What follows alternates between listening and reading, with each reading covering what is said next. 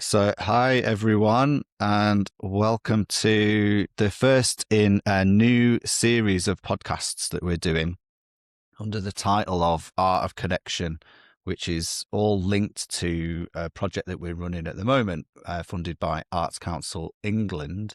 We'll explain a little bit more about the project, but I guess I wanted to just set the scene for this series, really. Um, I'm often talking about the challenge of demonstrating impact, telling stories, communicating change. I really believe that art and creativity are really powerful forces for change. But often the ways for describing that are fairly one dimensional. And especially with it seems like a big sort of surge in interest around creative health and neighborhood health. And there are all sorts of kind of quite powerful kind of movements afoot.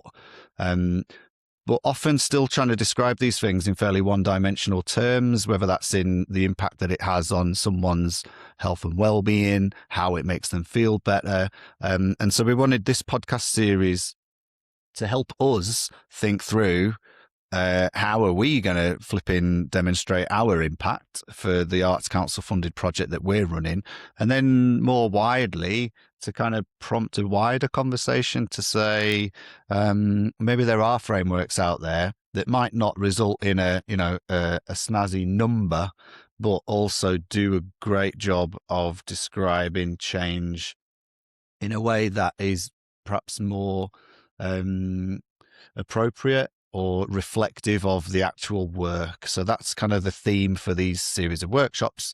You'll be pleased to know it's not just me wittering on. I'm joined by some guests on the podcast. So perhaps do you want to introduce yourself? Thank you. So my name's Jo McFarlane. I'm an artist. I started my creative career, I guess, as a theatre designer, costume designer, and then kind of diversified into what I love now, which is community arts work.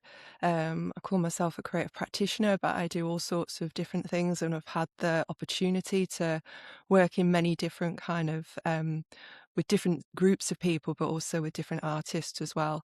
I would say that I help people tell stories, whatever that looks like in whatever form that is. And I'm also an illustrator as well. And I've been working with Chris over the last couple of years, doing a variety of really, really impactful projects, which I love doing. All right. That's me. Rowan Bailey, professor in culture, people, and place. I always forget which way these terms go around, but yes, culture, people, and place. And I work at the University of Huddersfield, and I run a research centre called the Centre for Cultural Ecologies in Art, Design, and Architecture. And inside that research centre, there we are running a creative health hub.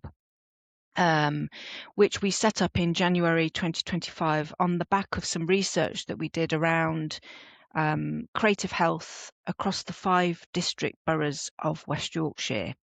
And I suppose just a bit of a précis about myself and my approach to creative health and to culture.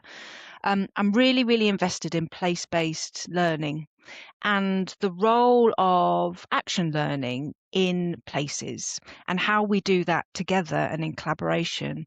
As Chris, as you've rightly pointed out, some of that learning and that reflection isn't easily captured in numerical terms, but there are many stories that have valuable contribution to play when we're thinking about the wider narratives of impact that are generated through arts, culture, and creative health.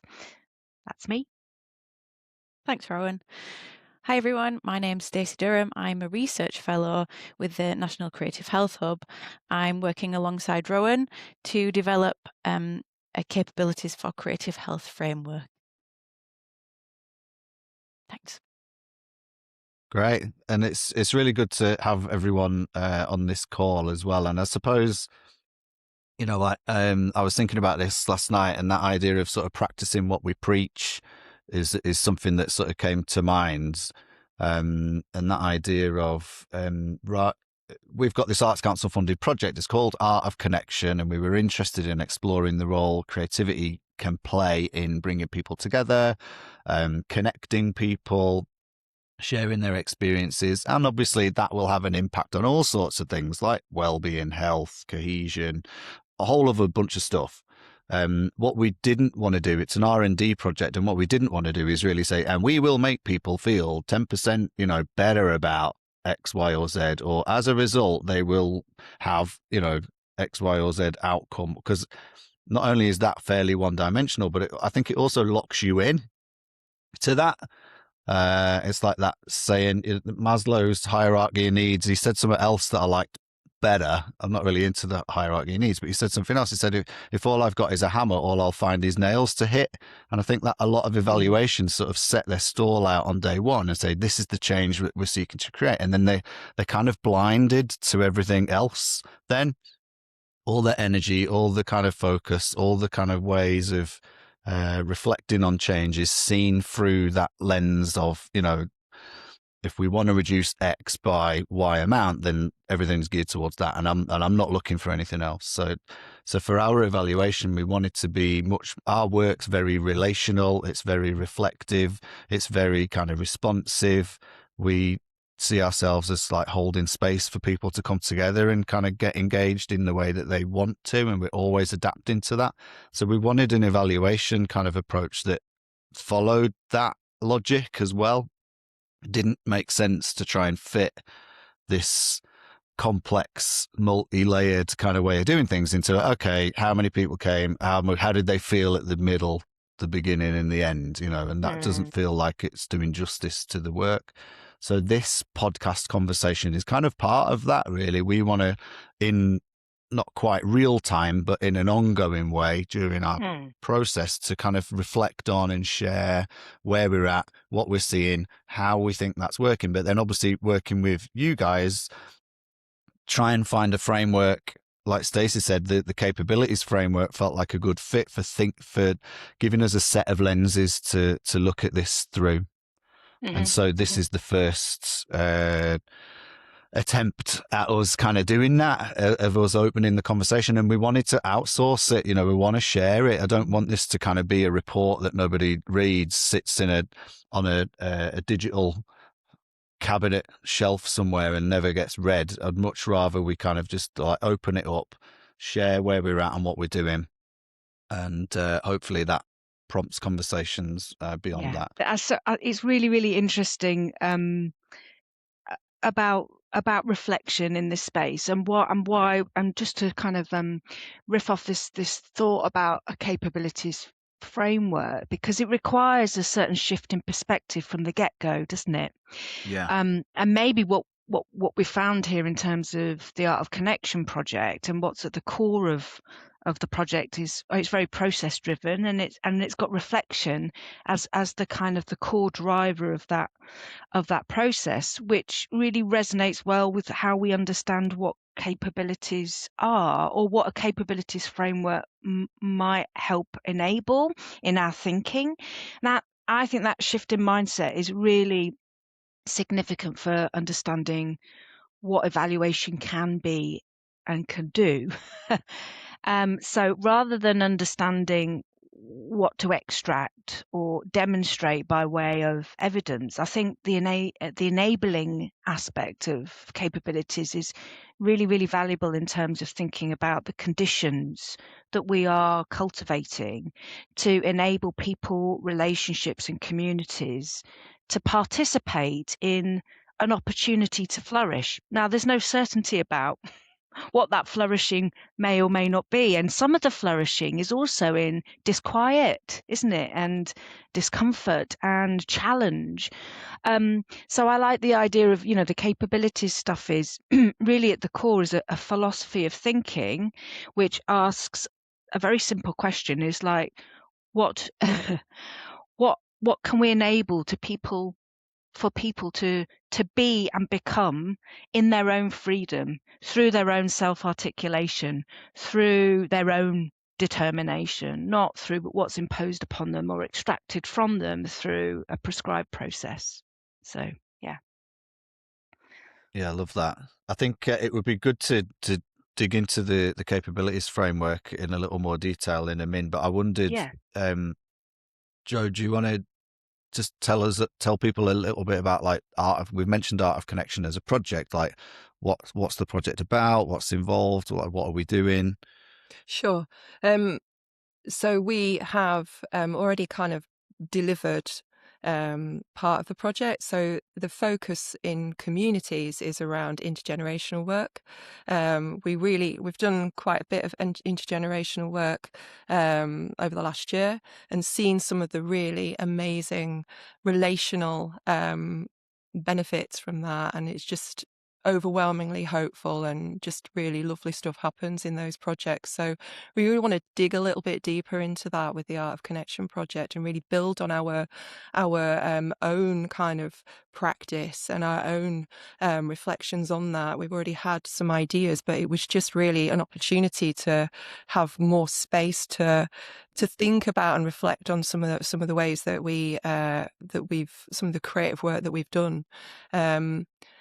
So that's part of it, isn't it? But and then as a kind of a lovely layer on top of that, as artists in kind of our own, not in our own right, but as artists, we are then taking some of that, the wealth of those reflections, the creative kind of value of that, and then turning it into some of our own artwork. So it's kind of it's amplifying, I guess, the voice of those individuals involved and expressing that in a way that we then interpret as artists. Yeah, and I suppose that was built on as community arts practitioners. We would run projects, do activities, involve people in stuff, and that would leave us with all sorts of like wonderful kind of like experiences and ideas, and but then not the opportunity to kind of embrace that and you'd create something inspired by that. So I'm a photographer, filmmaker, so I'm doing a series of portraits inspired by the themes that have come through the project so far and previous practice as well.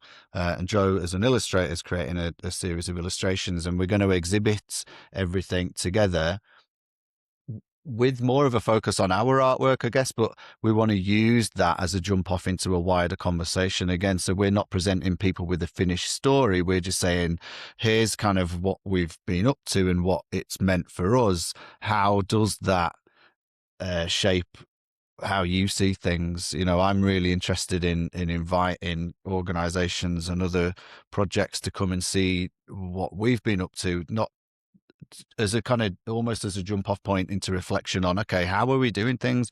Are these measures that we're using really capturing the essence of what is important to people, or is it serving some other purpose, or is it, you know, what's going on? What could we do differently? How might we frame things? And that's like a new avenue to explore for us, because we've been always focusing just on the community arts participation side and less so on us creating art inspired by that. So that's another piece of this puzzle really, is we're not just doing community based art, although that's like a really essential part of it. We're also doing some artwork inspired by that we want to use as a tool for communication and connection, because if art isn't about that, then to me it's not really art, you know.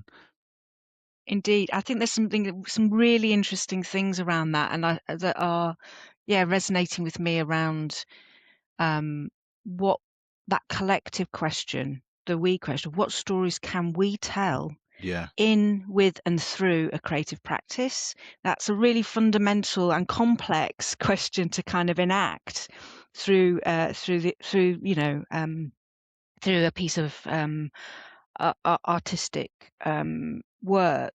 But I think it's really fundamental, because the in, the with, and the through is a form of kind of embeddedness, isn't it? That is kind of interrelated, integrated, and actually entangled, one could say. So one of the things I find that's really, really interesting when, and it'd be lovely to hear your thoughts about this, about people who are engaged in community engaged or socially engaged practice and are navigating their own individual creative practice within that kind of wider context, and some of the challenges around that of like feel it. And I don't know, this be interesting to hear your thoughts about this, about feeling sucked into that socially engaged context of feeling responsible for it and needing to honor it and look after it and care for it and protect it, but then at the sacrifice of maybe what you are able to kind of reflect on at a distance in your own practice. And it's that kind of strange dialogue, isn't it, between those two things. But one of the things that I teach is this really simple metaphor, bodily metaphor, about inspiration and aspiration, and how that works. Because when we think about what inspires us, we obviously have exposure to the external world around us, and that is it: people, relationships, participatory activity, other practitioners, that kind of thing. And that is just a form of breathing in, taking into our brain bodies this kind of this inspiration. But what goes on there inside the complex nuances of our brain bodies leads to this kind of, aspirational external manifestation. I think it's that relationship that is at play in a creative practice, in a really, really kind of complex set of interrelational entanglements. But it would be lovely to hear your thoughts about how you kind of trying to kind of hold a space for both in this project, and also to allow both of these to be inspired and expired in the process as well. It's really interesting. I love that idea of the sort of bodily way of thinking about it, because it is, I suppose that's what's drawn us to kind of build in our own creative practice, because it always feels like you're drawing in all this like weird and wonderful multi-dimensional kind of stuff around people and their stories and relationships, and but then the outlet for that is, often not there outside of, just doing stuff in your own on your own practice. And then so we wanted to be really intentional about that. And I suppose, like, my background's in community development, so I think this applies just the same in that context as well, where you've got people coming together to kind of create change for themselves or to do work with other people around what's important to them in their communities. And then agencies and services and organizations that are seeking to be helpful in that space, but don't really understand what it looks like, feels like, smells like, tastes like to be in that situation. And then you have these like one-dimensional ways of kind of representing that. And so I suppose I see this as an opportunity to push back against some of that, because we don't often have the opportunity to push back. The things are getting better, but in some ways, but I think in other ways, there's still a conversation to be had about how we best do that. So for me, that idea of like, what are we exhaling? What are we kind of sharing back? What are we putting back out is partly around this, is to say, yeah, this isn't about coming up with an answer. But, anybody walking around here saying, I've got the answer to health or cohesion or whatever the agenda is I'm immediately suspicious of, because there's not one answer. There's not one kind of sticking plaster solution to these things. Maybe there are better questions that we can be asking of each other and ourselves about, how does change work? How have we arrived at where we are? And how might we kind of grow and do things differently together? So that's what inspires me. And yeah, that idea of kind of breathing that back out to others and sharing that and inviting them to kind of like reflect. And it's like an ongoing process. Absolutely. And it is the without the self-reflexive insights, because you have to meaning make, don't you? You can't, it isn't a given. There has to be a process of translation, interpretation, self-reflection. That's what it is, isn't it?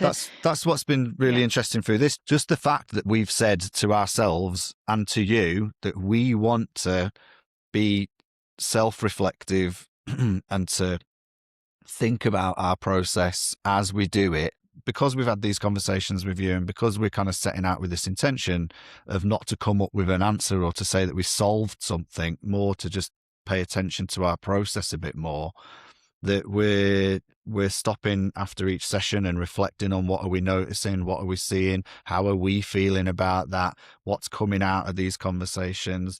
That's then informing. And I think a lot of that we were doing kind of probably less formally, yeah, wasn't it? we were just kind of doing it, Yeah. but without necessarily thinking too Yeah. deeply about it. So you'd just be thinking about, okay, how did that session go? But by intentionally making space for each other to kind of unpack, okay, what did we do? How did we do it? Not to critique, but just to sit with. Because when you get a group of people in a room, it's different every time. And there are all sorts of factors at play, which again pushes against the idea that you're going to have this one-dimensional kind of solution for it, or even the validity of asking someone at certain points how they feel, because it just changes from one second to the next. And we're interested in paying attention to, like, well, what were the changes? What did we notice? And that's only from our perspective. Obviously, from people taking part, they have their own perspectives. Would it be useful to explain in a bit more granular detail from your perspectives of like how you're approaching the kind of the group work, and then how you're navigating your own creative practice independently of that, what that feels like, or how it works, how it's working at the moment?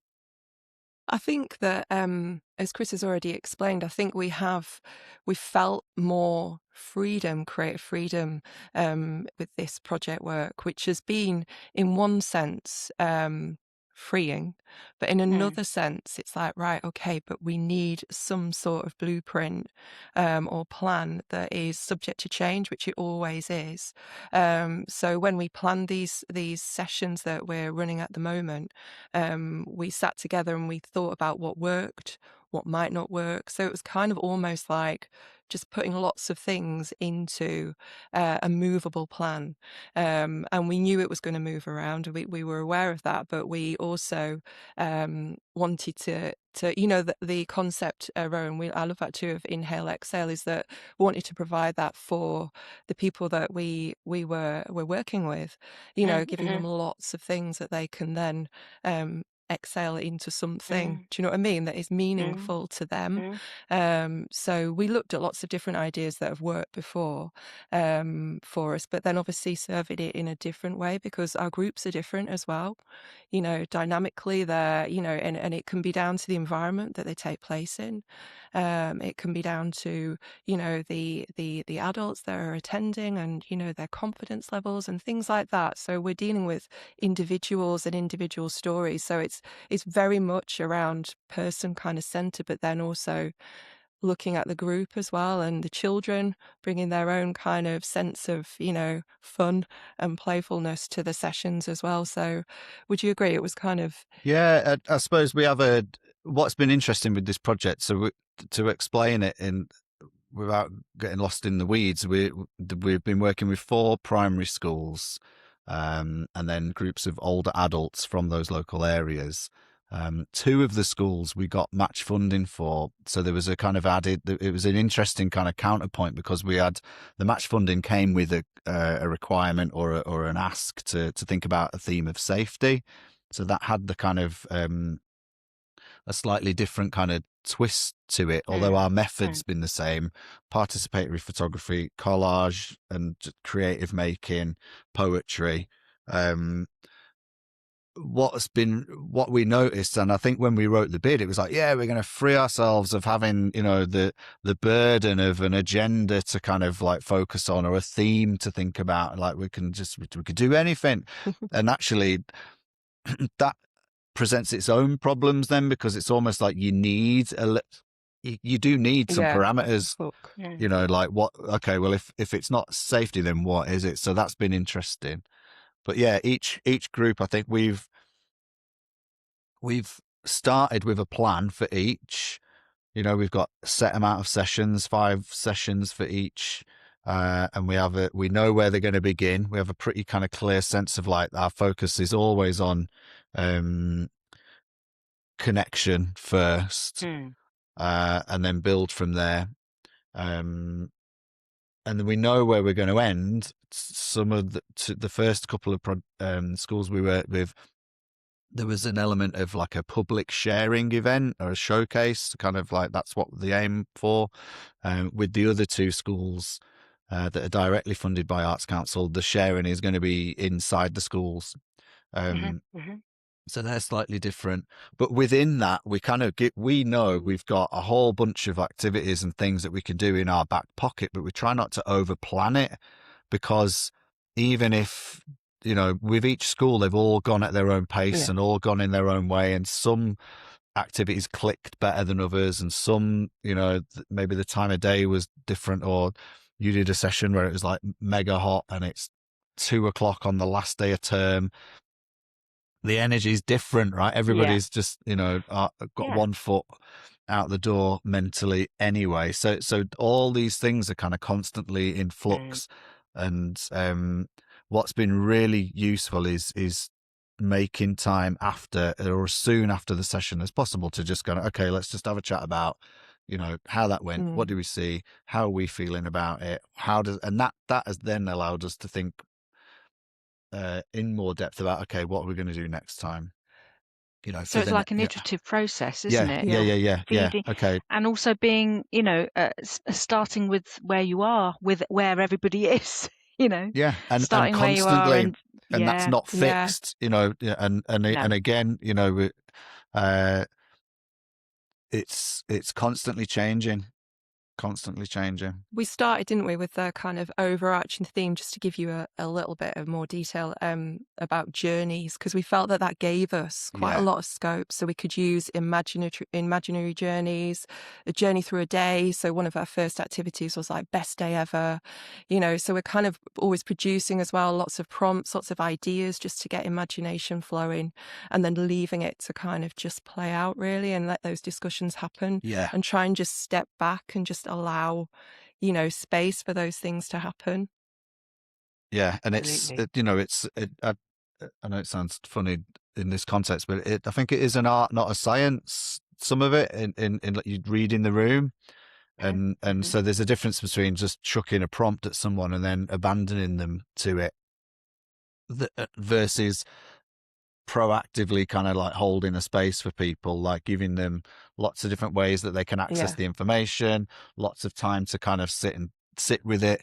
We're intentional about the way we work with groups, is that we'll kind of build a conversation from in pairs to on your table. We're intentional about how we lay out the room. Like, we go granular on that level. Like, we don't just rock up to a place and work with what we got. I'm always getting on people's nerves, because every time I walk in a room, I'm like, can we just move all the tables, or can we get rid of the tables, or can we have another room, or can we not have this room? Or because I just think the environment's so important. And I'm sure we've all been in training sessions where you're like, God, if they'd have just thought about the setting a little more, this would have completely transformed how I engaged with this thing. And in group analysis and in therapy terms, they call it dynamic administration, don't they? Which is like, actually, you have to set the context and make sure that the environment is right. Yeah. Otherwise, if you don't set those conditions, the energy is a jar. Rowan, I was just going to say that we also, in terms of interpreting, the kind of the prompts or whatever we are providing, I guess it's giving scope for that individual then to interpret it in whatever way they want. So it's like, you can draw it, you can write it, because it's whatever language comes to you first, use that, so it's not prescriptive. We're trying to kind of not have that. We try and sort of fun it up as well, which is technical jargon. So if we've got questions or prompts, that we'll cut them up and put them in jars. And there's something about making it a tactile, shared experience rather than just having a piece of paper with the words written on. There's something in that as well, where people get to choose. Here's a whole bunch of prompts. Use them if you want to. I often find, we've found this a lot, haven't we? That people have got the stories within them. Yes. It's the prompt is, it's not that it's not important. It's just that we try and gear it in such a way that it's open enough that they can choose where they want to take us. And again, to labour the point, I think that's the contradiction when we come back to this idea of like linear, one-dimensional kind of measures, because they're not open. They are quite fixed.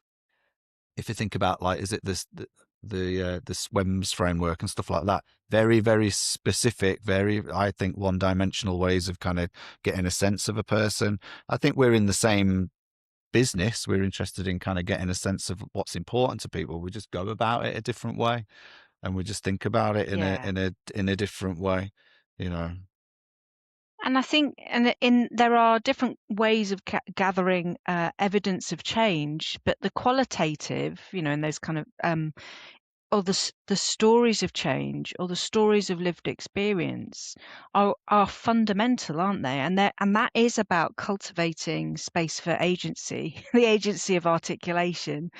And there are different ways of articulating, you know, an impact in somebody's journey.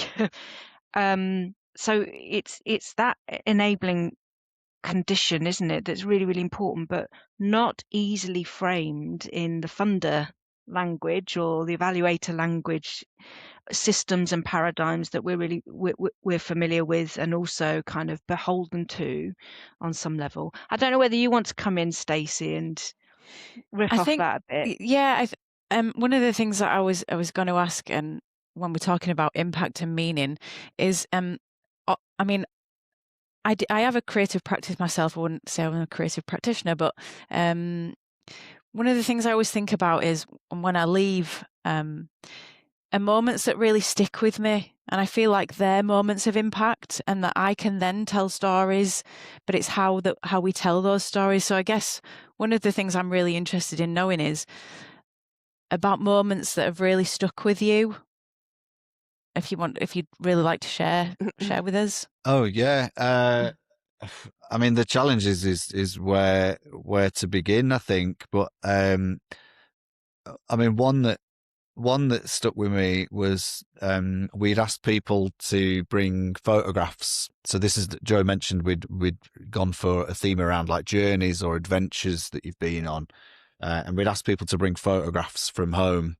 And so obviously all the kids had got people to kind of email or message, or so they were all printed out digitally. And then one of our older adults brought in like an actual photo, from back in the days. And it was of this person's a wheelchair user. So immediately people might have stories they've imagined already about this person's life. But the photo was of them when they were younger, flipping hang gliding, and what really struck me, and it was an amazing picture, it was a beautiful moment, and then the child that was sat next to the older adult was just like, oh, I think you're really brave. You're so brave for having a go at hang gliding, and immediately the whole conversation was shifted to around these adventures and experiences, and it was almost like permission was given then for everyone else to kind of share their stories, and it just kind of changed the conversation massively, I think. Yeah, there are definitely, like, I mean, I would say every session there are moments that really kind of that we log as like being real treasure. And I think particularly because I know some of the adults that we've been working with in some of the projects, because they were part of Aspire, which was a charity that closed a couple of years ago. And one of the ladies there said being with the children makes you feel alive again.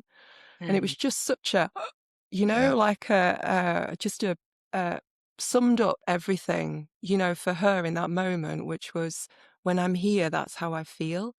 And also, like, we work, Rowan, you were talking about, the just, I guess, framing and trying to kind of almost capture those less easy to capture moments. But we were working with a spoken word artist, poet, Michelle Scally Clark, and I think that in some of the project work that we did, Michelle actually managed to do that in poems and, written by the individuals, poems about being with the children, what they noticed, what they saw, and how they felt afterwards.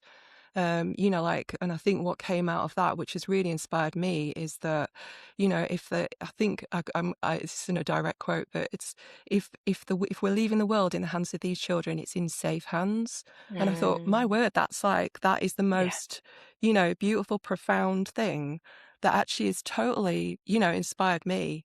As an illustrator, I can kind of, I already know what I'm going to paint from that, but Yeah. that's the impact that. And this is that shift in thinking, isn't it? We go back to like, okay, we haven't measured if you at the start of this process, how happy were you feeling on a scale of 1 to 5, Right. and do you feel happy at the end of the experience? It's more the granular nuance of somebody's self-articulation of or the exchange that you've observed, that lovely hang gliding experience of like, suddenly there's something in the atmosphere and in the exchange and in the sharing of experience that people are learning about confidence, life force, vitality, giving things a go, being brave, or what does the nature of courage look like or feel like. All of that stuff is complex. We're complex as human beings, aren't we? But that's all being played out in that moment of exchange between two people. So relationships as a capability is absolutely fundamental in terms of when we're thinking about the enabling conditions we might set up to allow experiences to happen between people. It's also those experiences lend themselves to building bonds, social bonds and relationships that help are mirrors for people, to help people think about, oh, actually, what, how do I understand my own experience in relation to another I mean, that kind of the tool of empathy that is enacted through a creative practice like that is absolutely superb. It's just and we know all of this, but actually we need to continue to narrate it, don't we, with these examples? Because if you can cluster all of those examples together to create a bigger, stronger narrative to say, yeah, when we're talking about life force, how is that kind of experienced by people in creative activities through the Art of Connection project? What does it look like? It's the storytelling of all of that, isn't it? Just as you have both described, it's those self-reflexive stories that we can tell about what we've witnessed, or how we've noticed a change in ourselves through that participation, or how do the different stories help us to feel inspired and energized about our own capabilities or the potential for our own capabilities. And all of that's all like messy, isn't it? In a really beautiful way. Yeah, no, and that's the challenge, isn't it? And as you were talking, then I was thinking, I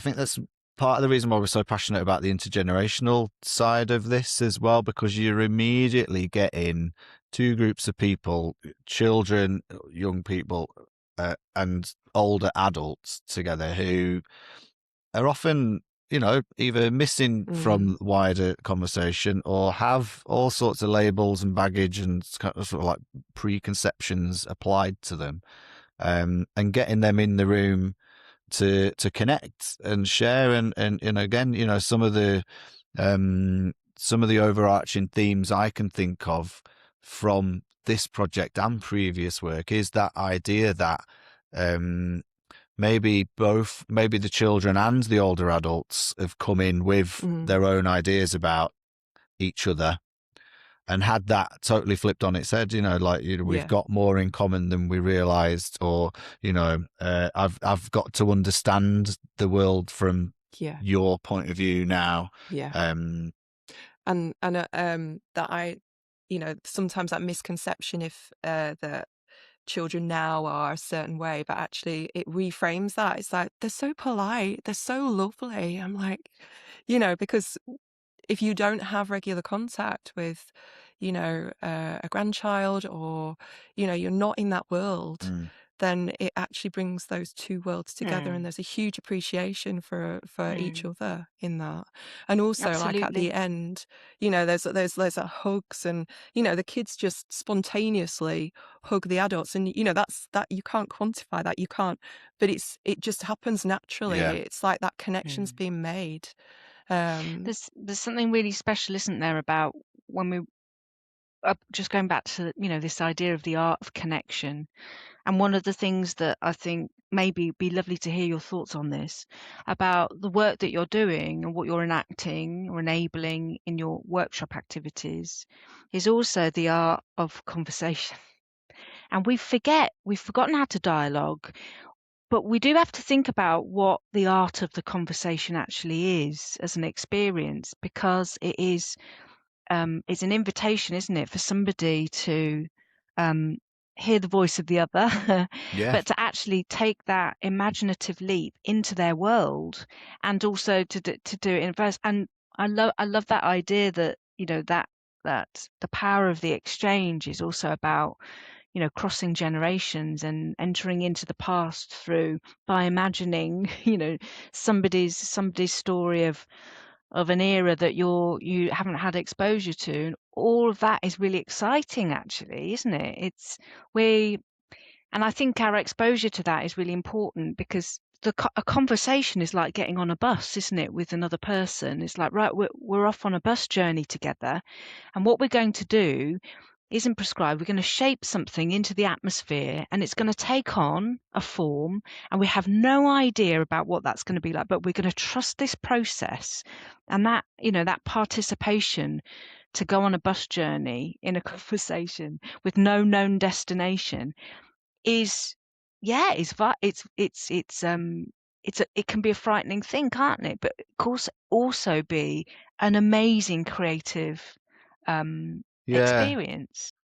It's interesting. I like that. I like Mm. that idea, a way of thinking about it. And I suppose that's where we see our role is providing people with enough sort of scaffolding to feel safe and not overwhelmed. And do you know what I mean? It's like I think that's a part of our job, is to hold that for people, so that because to steal a phrase from my community development days, it goes at the speed of trust, and it won't go any faster. So our work is all about, you said it's about conversation. That's we're always saying, in all of the artwork we do is just an excuse to kind of be alongside each other long enough to connect, to understand, and with the reason we sort of try and do different approaches is we just want to give people as many different entry points. Some people will really enjoy the photography side of it. Some people will be more into the poetry side of it. Some people might enjoy the illustration and the collage and the hands-on creative making side of it. But they're all just different ways of starting a conversation. Absolutely. So to flip it back to you both and your practice, Yeah. like, what's the conversation that maybe that's going to be enabled by your own individual practices? But how do you thought about that?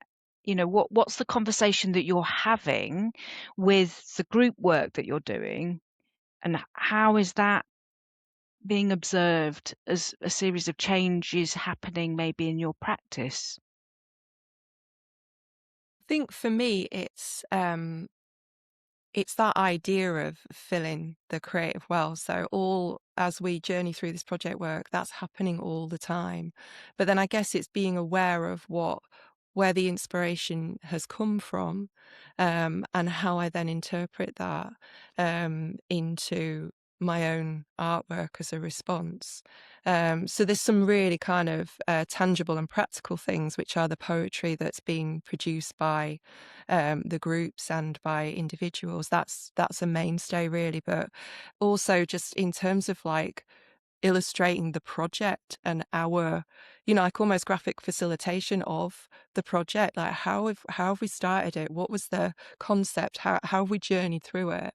And then also what's inspired me as well is some of the labels that maybe have been used of that I just want you to kind of explore in a creative way. So in terms of older adults and, just having, I think I've said before, having those dreams and those, being brave and all of those things is actually still something that they do, and they still have all those things in their heart, in their soul. It's still evident there. It doesn't stop at a certain age. Like I'm heading towards 50 and I feel like I'm just getting started. So, it's that idea of like, actually with this, there's so much left. So it's exploring that in a kind of creative way. It's like, that's not truth. That's not real, but it can be a misconception of older Absolutely. adults. They might just be getting going. Yeah, definitely. Yes, and what a great time to be able to be proactive when I mean, there's some really interesting things there though about maybe when we're thinking about health and what health is like as an experience with that intergenerational exchange, or even when you're talking about the lived experience of the older people that you might be working with, or what that also is about an opportunity, isn't it, to reflect on people's relationship to their health, or even to the set of assumptions out there in the world about how they should be thinking about health as an older or a younger person, or even what constitutes well-being, in somebody's daily lived experience. How do we define that? How does that butt up against the kind of more dominant ideologies about how we should be well and happy?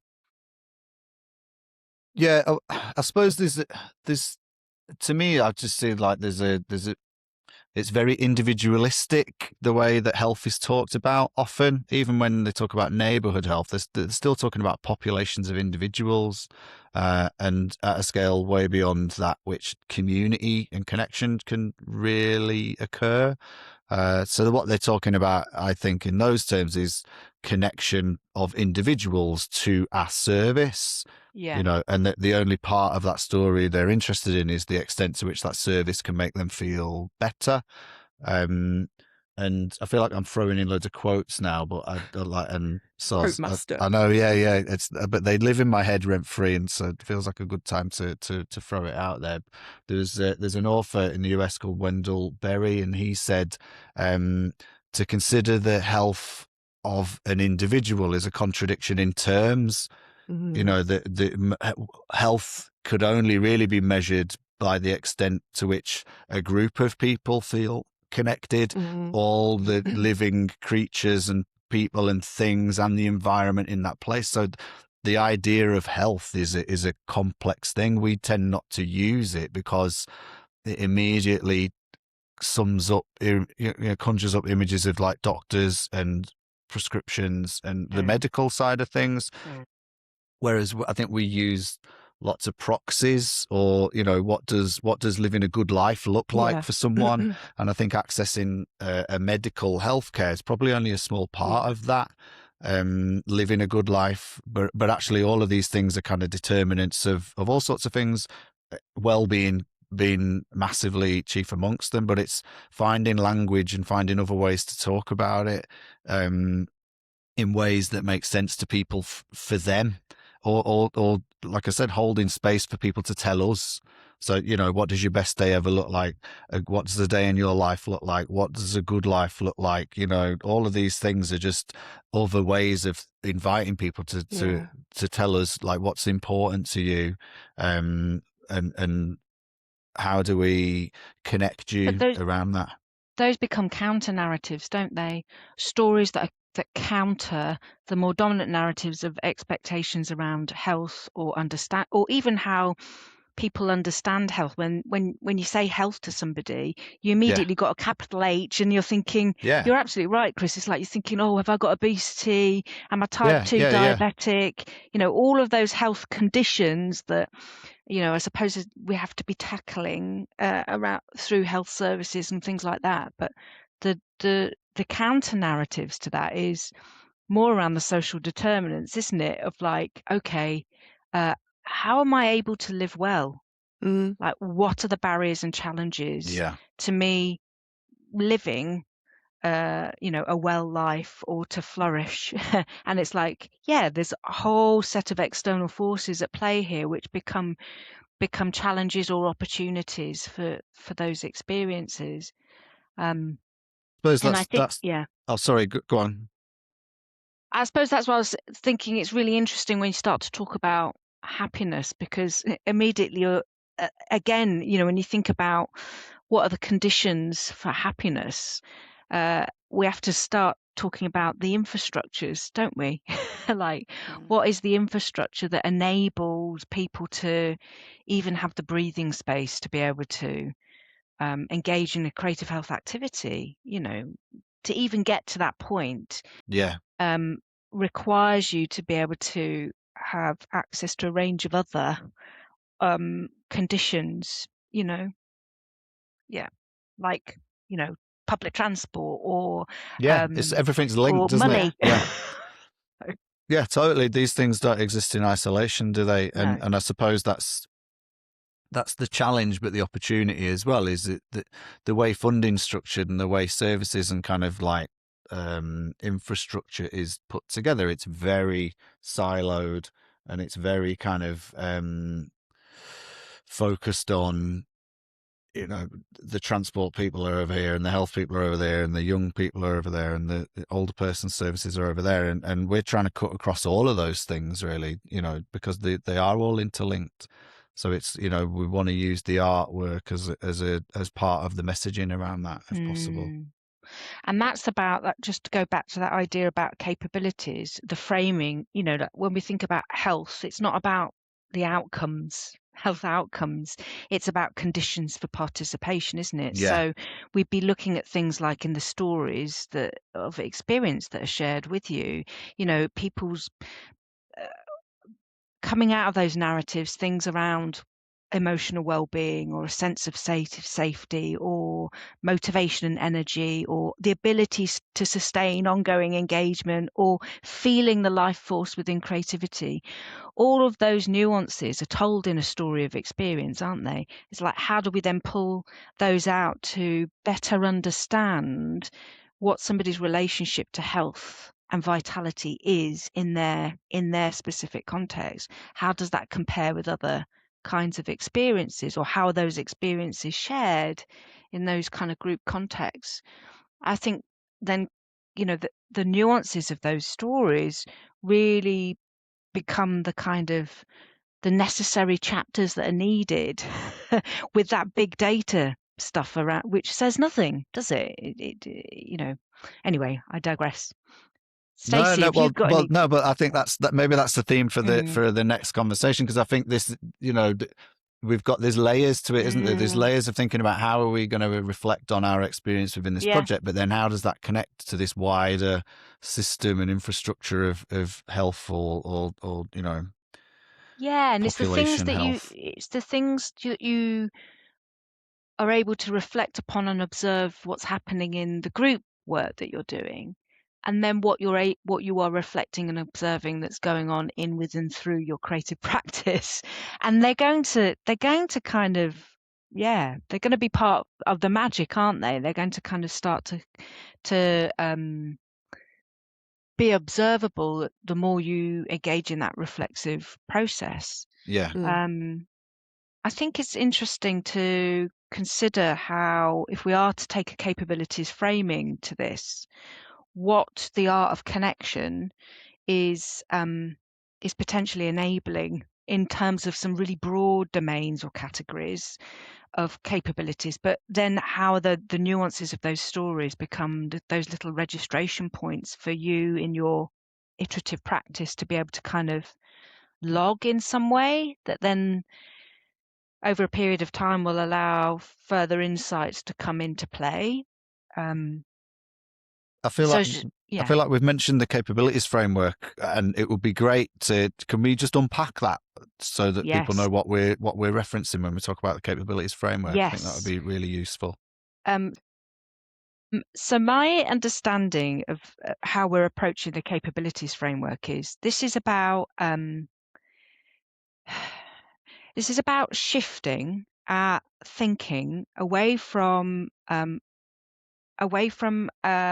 activities and outcomes to the capabilities being enabled. So starting with a simple question, what does this activity enable people and communities to do and be, is much more open to the creative act of generating an activity that produces a condition of opportunity, rather than an activity that's got a clearly defined output, an end outcome, and a measure.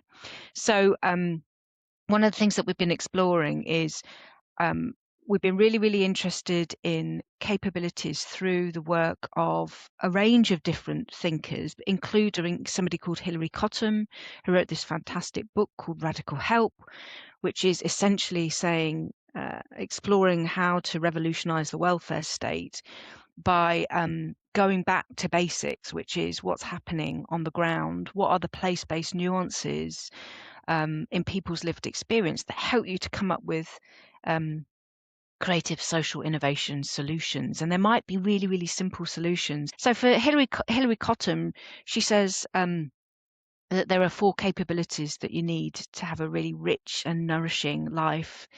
And those 4 capabilities are capabilities in work and learning experiences, capabilities in our health and our vitality, capabilities in our relationships, and capabilities in community.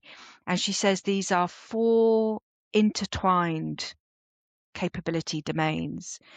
And relationships is obviously the most important, because without relationships, you can't further your opportunities for work, learning, or volunteering experiences. You can't build community in the way that you need at that hyperlocal level to implement change. And then, of course, the extreme kind of isolation that comes without relationships can have a detrimental impact on your health and vitality. So she has this really, really simple thing to think about these domains. And from my point of view, we've been doing a lot of thinking about capabilities in relation to evaluation, which is something that Hilary Cottam talks a little bit about, but maybe not as much as we're exploring through this idea of a capabilities framework, which is to simply ask the question of what does it mean to start to think about creative health for capabilities, or culture for capabilities? How do we create activities and experiences or conditions of opportunity for experiences that generate enablers for capabilities rather than for other kinds of evidence capture, and what stories come out of that? That requires a bit of translation work. It can't just be simple as I'm going to design an activity that is going to create opportunities for more volunteering in my local neighbourhood. It's like, well, what does volunteering help as an enabler? Does it help build confidence in somebody's experience that might make them able to cross the threshold into more formal learning experiences, for example? Or does the volunteering help enable somebody to kind of come together with other people and build a bit of resilience in a hyperlocal environment? So there are loads of different ways of thinking about how we translate those capabilities in the context of the design and development of an activity. Stacey, I might hand over to you now to add to it. Thanks, from Rowan. your experience. I just want to go back to my previous question and something that Joe talked about in terms of in the context of this project. I think it'll be something that'll be really powerful, because I think a capabilities framework can be, particularly in this context, it it's kind of layered. So you've got that kind of intergenerational work going on. So capabilities can be looked at from an individual level. So you've got capabilities that are being enabled in young people, they're being enabled in older adults, but then there's that intergenerational enabler, and then you've got capabilities that are being enabled in yourselves as creative practitioners in that kind of reflective space as well. So I think there's that kind of layering. So there's a whole holistic view of enablers right across this space. So I think that'll be really interesting for the project to kind of look at it from that perspective. So that'll be really nice to see that kind of whole view of how this is working. I love the way you describe that, Stacey. It's that kind of multi-dimensional kind of. There's a lot happening, isn't there, in terms of capabilities there. Yeah. And then, and anybody who wants to take a capabilities framework approach to something has to do the work of self-reflection, I think, isn't it? So, Stacey, you and I have talked a lot about the idea of individual capabilities, like what's our standing start, which is, you know, when you're thinking about the art of connection, you know, what as a standing start do you think is already being enabled by what you're doing and how you're doing it? But then also, you know, as you're going through the iterative process and the reflection and the observation of the changes or the things that are manifesting in those those workshops are also might align themselves to those capability domains. And it's a bit like a deposit box. It's like it's not rocket science. It's just being conscious of the fact of, if we are to go through a process of reflection around what do we think might be being enabled by those 4 categories, as and when those things are observed and those reflective insights arise or activities are created, you deposit into the right domain until such time you've amassed enough evidence to be able to then do some deeper reflection. And I think it's just, you know, the clustering of stories, the clustering of the observations of change happening, how is it happening, is how we have to do evaluation, don't we? You know, but it's giving enough freedom and space for the processes of digestion to happen, you know? No, it's definitely given us, it's been useful for us just to think about having those 4 kind of domains to think about as we go, rather than as can happen with evaluations, is that the emphasis is on, like, you know, what's the story we're going to tell at the end. So we're not, like I said before, we're not shutting ourselves off to all the possibilities. We're trying to reflect in real time as we go, and then we'll check in. And these podcasts are part of that checking in around it. You know, we want to open source it all, partly because I don't want to write a big document that no one will read, and partly just think it's more fun this way. But also, at a certain point, and I don't think we're there yet, but at a certain point we can sort of sit down and go, okay, here's everything that we've amassed so far. Let's chuck it into these 4 domains where we see it fit in, and then together with you, okay, now, you know, what story is emerging for us, where have we got to? That, I think, could be the theme for the next conversation, because we're going to be finishing the community sort of intergenerational workshops probably in about a month, and then our focus will be 100% on our artist responses. So having that time to reflect and go, okay, what are we noticing, what are we finding, how is that going to translate into this artwork, you know, that we're creating, would be really useful. So it would be interesting, wouldn't it, to kind of, I don't know if there's a way to do a preliminary cluster, and I'm just thinking, I've got, you know, that kind of gives us an opportunity. I think it could just be a 4-slide PowerPoint, couldn't it, that we could you could talk through just in terms of what's the learning coming out of this, or what are the potential changes that might We don't have be to have done it observed. all either, do we? We No. could just make a start on sort of Mhm. depositing examples of things that we've got Yeah. in the 4 domains, and that would give us, food for thought for that Yeah. conversation. And the aim of that could be just to work through the granular aspects of that evidence to be able to kind of maybe pull out sub-themes that become like, I don't know why I'm thinking of their little caterpillars that might like feed it. in, that like they're going to go off on a little journey crawling towards your Yeah, practice, or you might be carrying them with you. I don't know.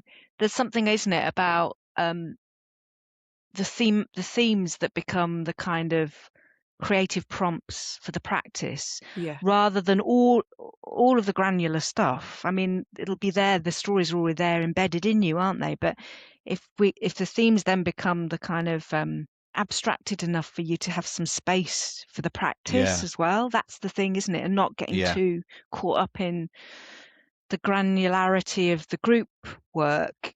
You need some distancing from that, don't you, to allow the other creative space to kind of evolve? I don't know.